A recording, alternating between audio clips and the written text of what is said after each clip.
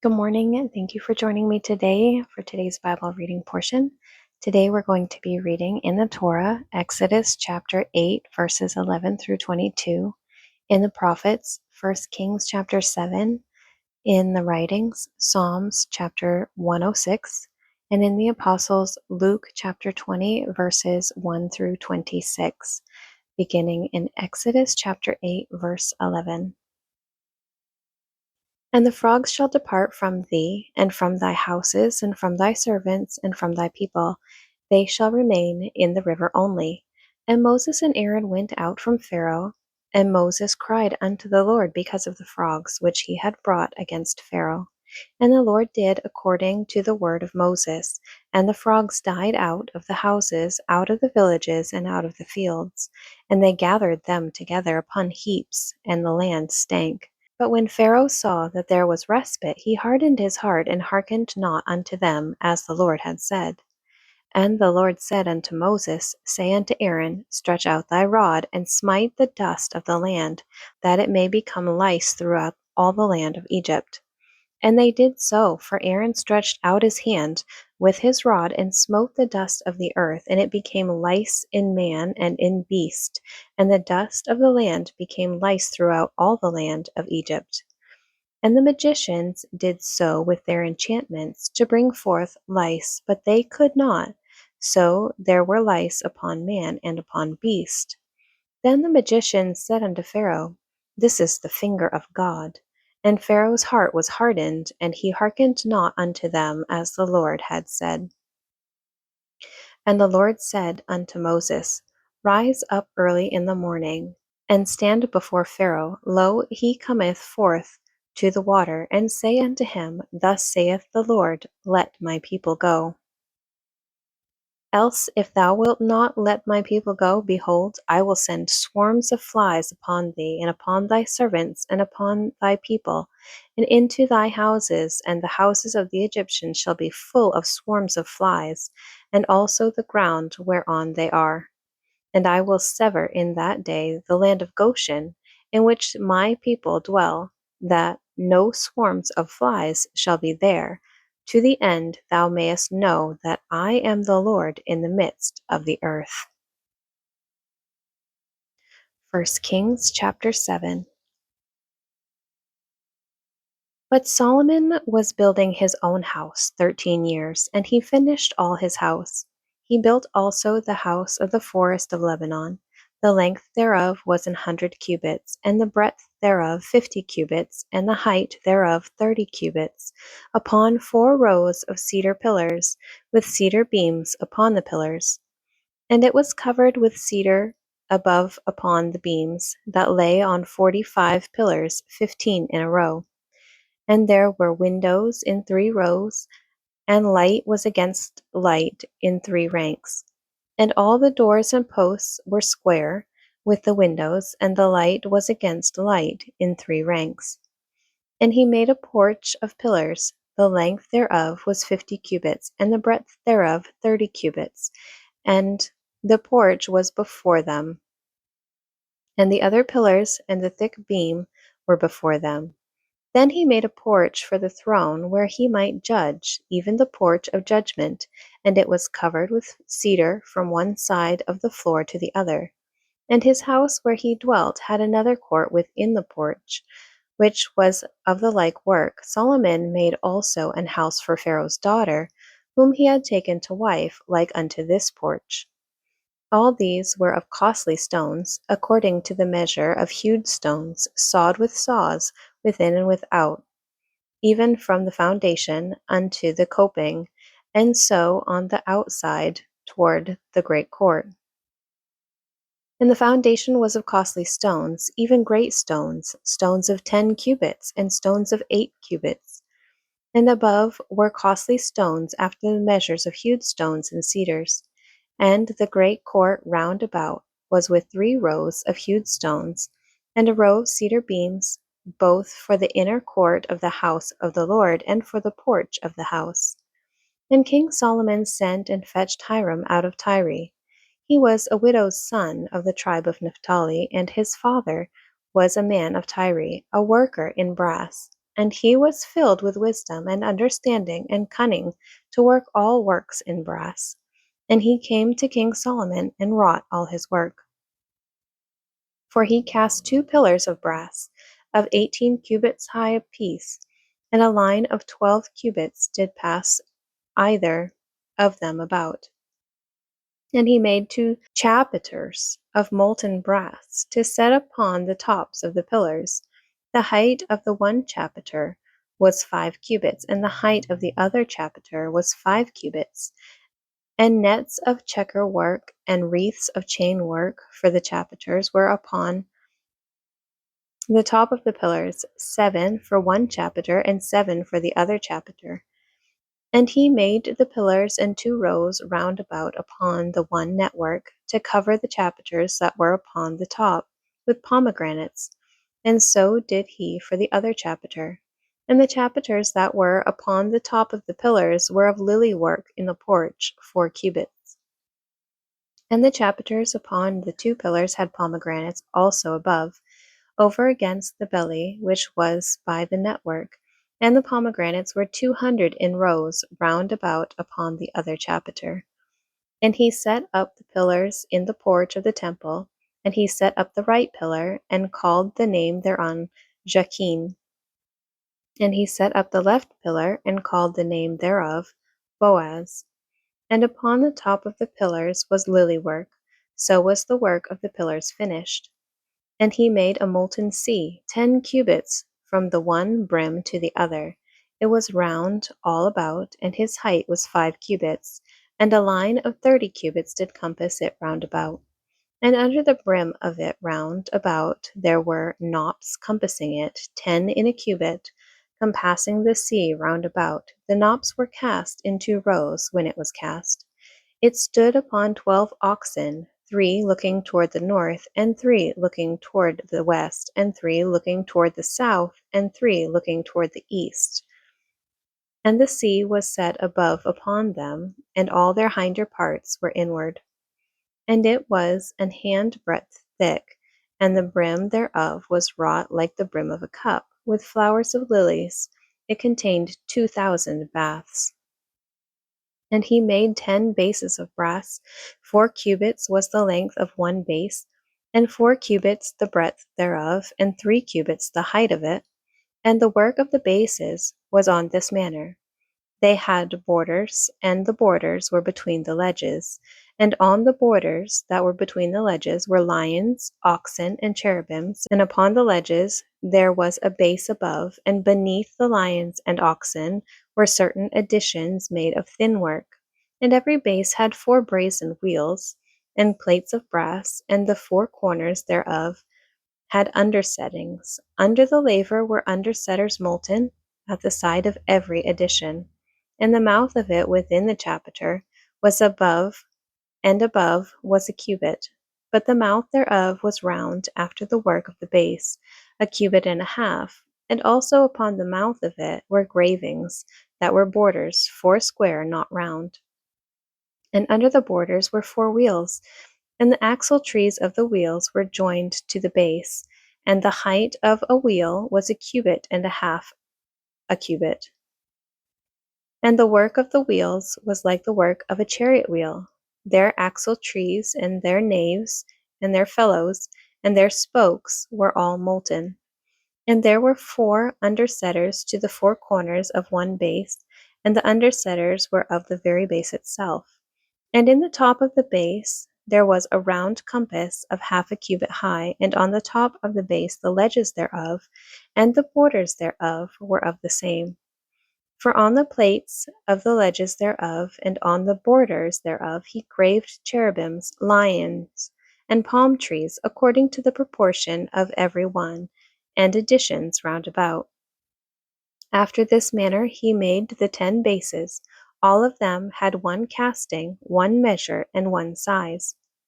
Then made he 10 lavers of brass. 1 laver contained 40 baths, and every laver was 4 cubits, and upon every one of the 10 bases 1 laver.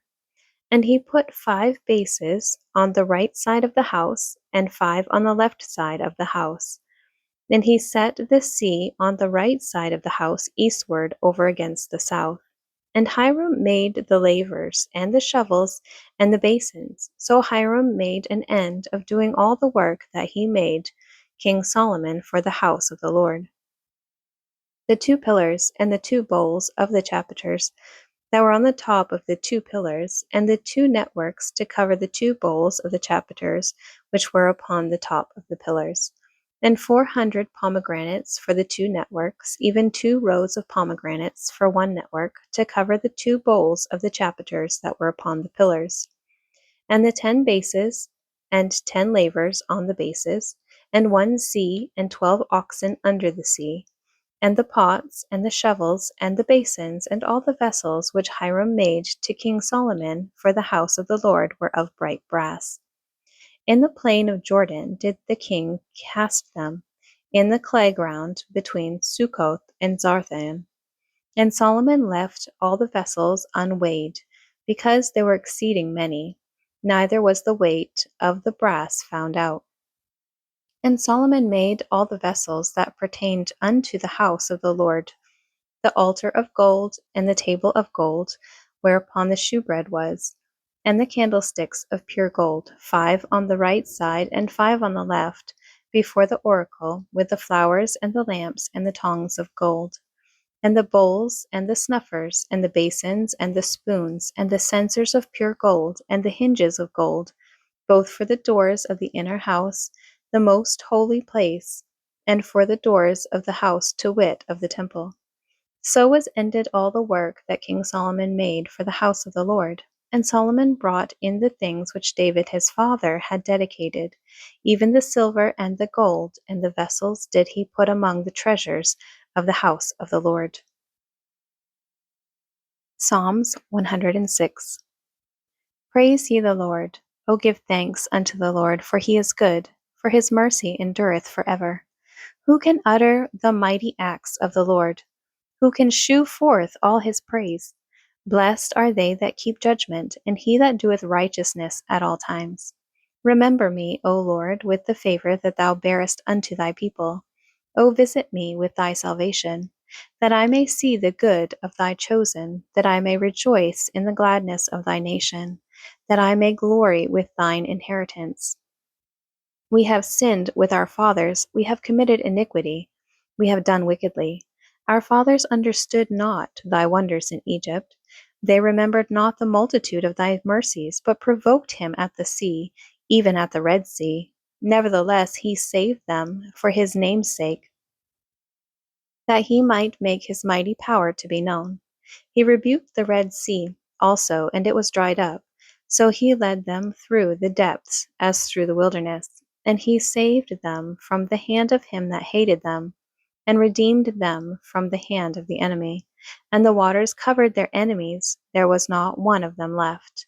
Then believed they his words, they sang his praise. They soon forgat his works, they waited not for his counsel, but lusted exceedingly in the wilderness, and tempted God in the desert.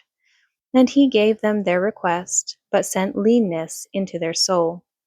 They envied Moses also in the camp, and Aaron the saint of the Lord.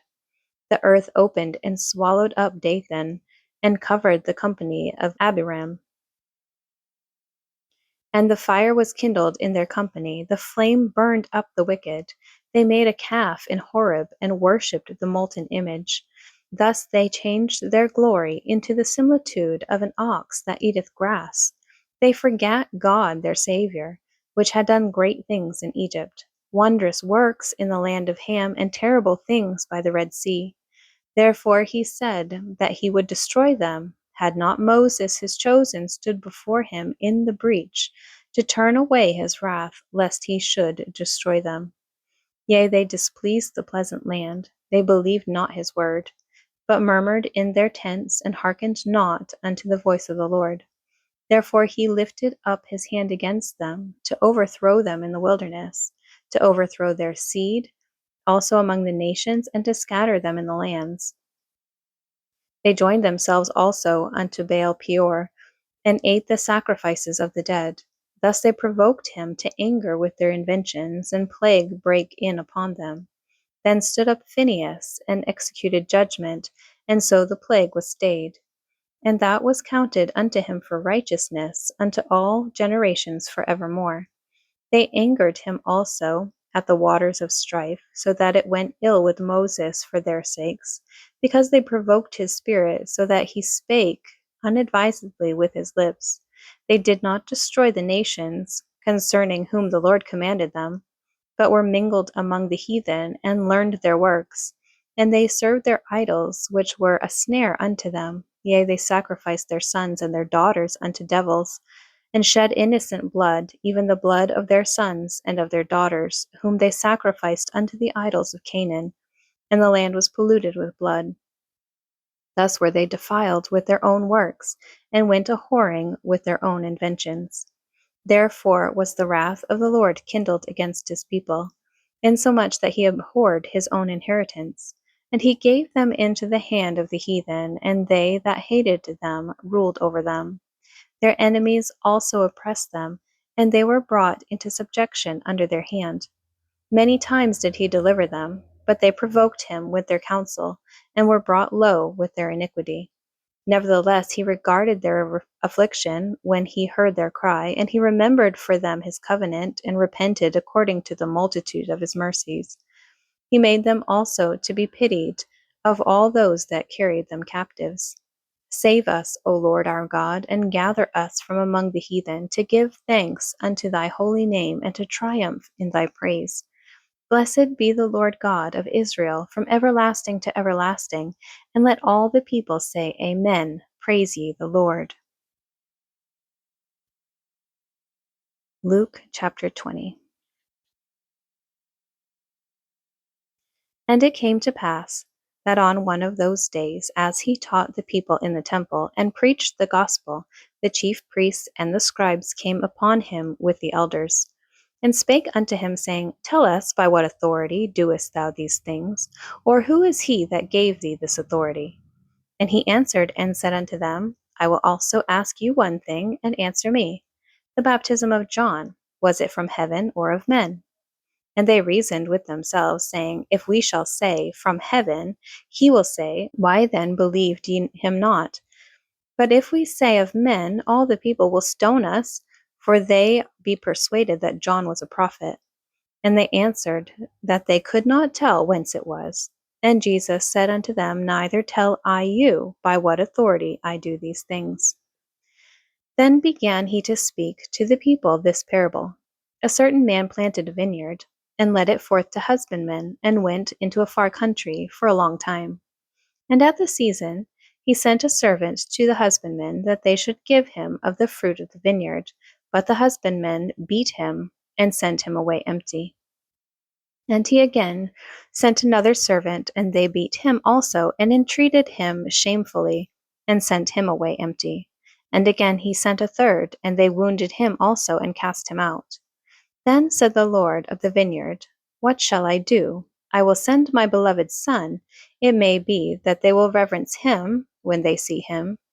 But when the husbandmen saw him, they reasoned among themselves, saying, This is the heir. Come, let us kill him, that the inheritance may be ours. So they cast him out of the vineyard and killed him.